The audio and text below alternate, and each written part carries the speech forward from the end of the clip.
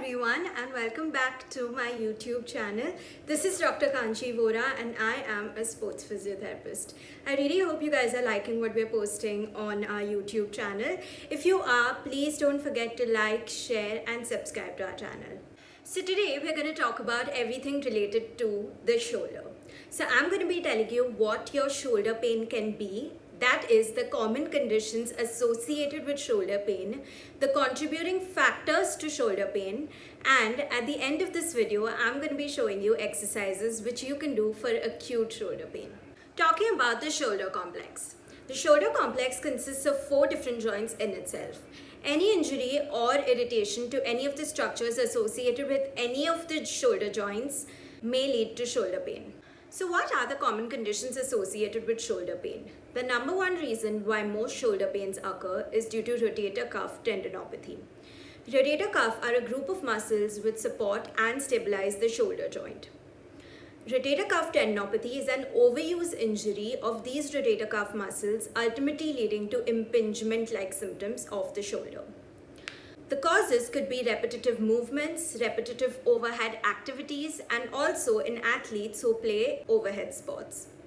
The symptoms could include arm pain, pain on doing external rotations, and also pain on doing overhead activities. The second most common condition is a rotator cuff tear or a sprain. It usually occurs after trauma or injury to the shoulder. Older sports people or older people greater than 40 years of age are more likely to suffer from this condition. Moreover, degeneration of the rotator cuff tendon over the years due to repetitive stress may also lead to a tear. Symptoms include arm pain and weakness, difficulty sleeping on the affected side, and also nighttime pain. Another very common condition related to shoulder pain is shoulder dislocation. A shoulder dislocation is a condition in which the ball of the ball and socket shoulder joint is forced out of its socket either forwards or backwards. It usually occurs after trauma or injury to the shoulder, a fall on an outstretched hand, or a blow to the shoulder. The symptoms could include intense pain, a visibly deformed shoulder, and also restricted shoulder movements. Another very common condition which you may have heard of is shoulder instability. Shoulder instability is more so like shoulder dislocation, only here the ball of the ball and socket joint slips out of its socket repeatedly. The main cause of this is previous dislocations. It could also occur due to excessive movement in your shoulder, also called as hypermobility, which may trigger the instability. Symptoms include arm pain, heaviness and numbness in the arm, and the patient may complain of dead arm symptoms. Another very common condition is labral tear. The glenoid labrum is a structure present in the socket of the ball and socket joint which helps in deepening the socket and also helps to provide stability to the shoulder. It usually occurs after trauma or injury to the shoulder, a blow to the shoulder, or a pull while lifting a heavy object. It usually occurs in athletes involved in throwing sports. Symptoms could include arm pain, painful clicking of the shoulder, popping sounds can be heard while moving your shoulder, and also restricted shoulder movements. Another very common condition is frozen shoulder. Frozen shoulder is characterized by pain, stiffness, and restricted shoulder movements. It usually occurs in people from 40 to 60 years of age. Diabetic patients are more likely to suffer from this condition. The symptoms include pain, which progresses to stiffness over the years, and restricted range of motion. Over time, there could be restriction in performing daily activities such as brushing your teeth, combing your hair, or putting on a shirt. Another very common condition which occurs in athletes is acromioclavicular joint sprains. This joint is located at the top of the shoulder. It usually occurs after a blow or a force to the top of the shoulder, a fall on the point of the shoulder, or a fall on the elbow. It usually occurs in athletes who are involved in overhead sports.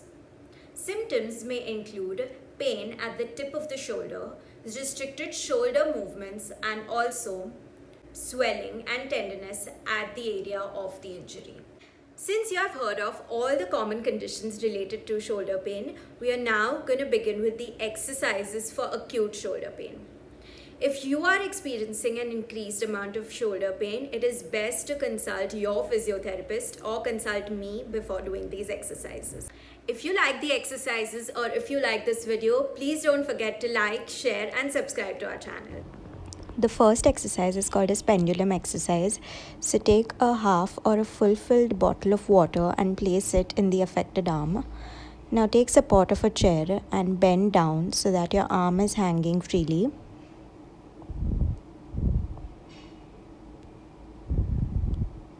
Now let your arm loose and let it move freely in all directions with the help of gravity.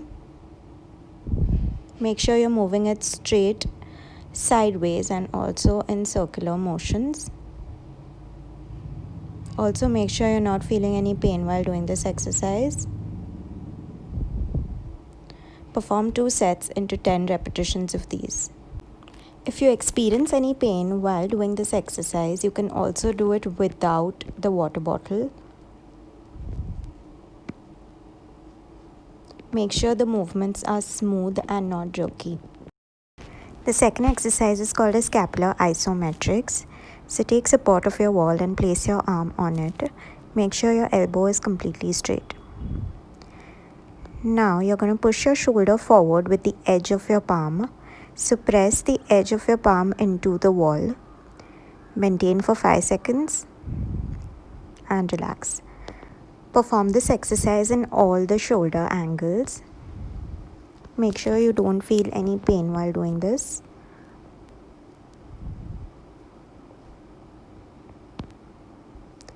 Also press your arm only 30% into the wall.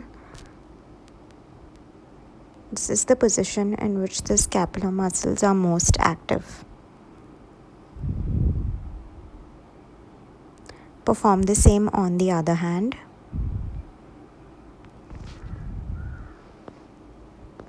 Perform 2 sets into 10 repetitions of these.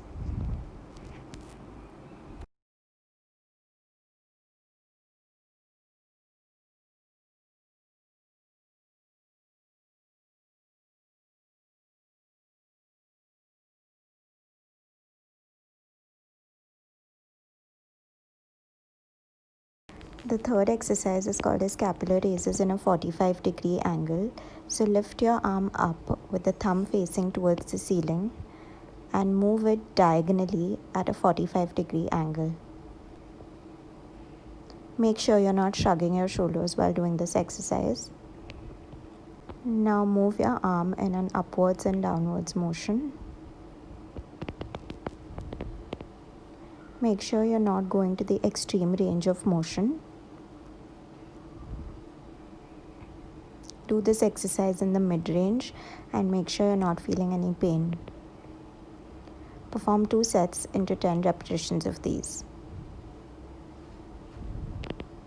If this seems too easy, you can also take a half or a full-filled water bottle or a 1 kg dumbbell in your hand and perform the same exercise.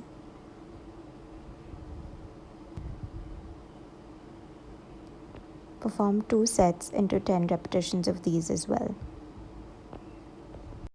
The fourth exercise is called as chest stretch. So stand at the edge of the wall or a doorway and place your arm at a 90-degree angle on the wall. Your elbow should be placed at the edge of the wall. Now take the opposite leg forward, such as in a walking position. You'll feel a stretch in the chest below the shoulder joint where the pectoralis muscle is situated. Maintain the stretch for 15 seconds and perform 5 repetitions of these. Make sure you're only feeling a stretch and no pain in the shoulder. That was the end of our shoulder series. Thank you guys for watching and I really hope you guys found it useful. Please press the bell icon to get updates on our next video. And don't forget to like, share and subscribe to our channel.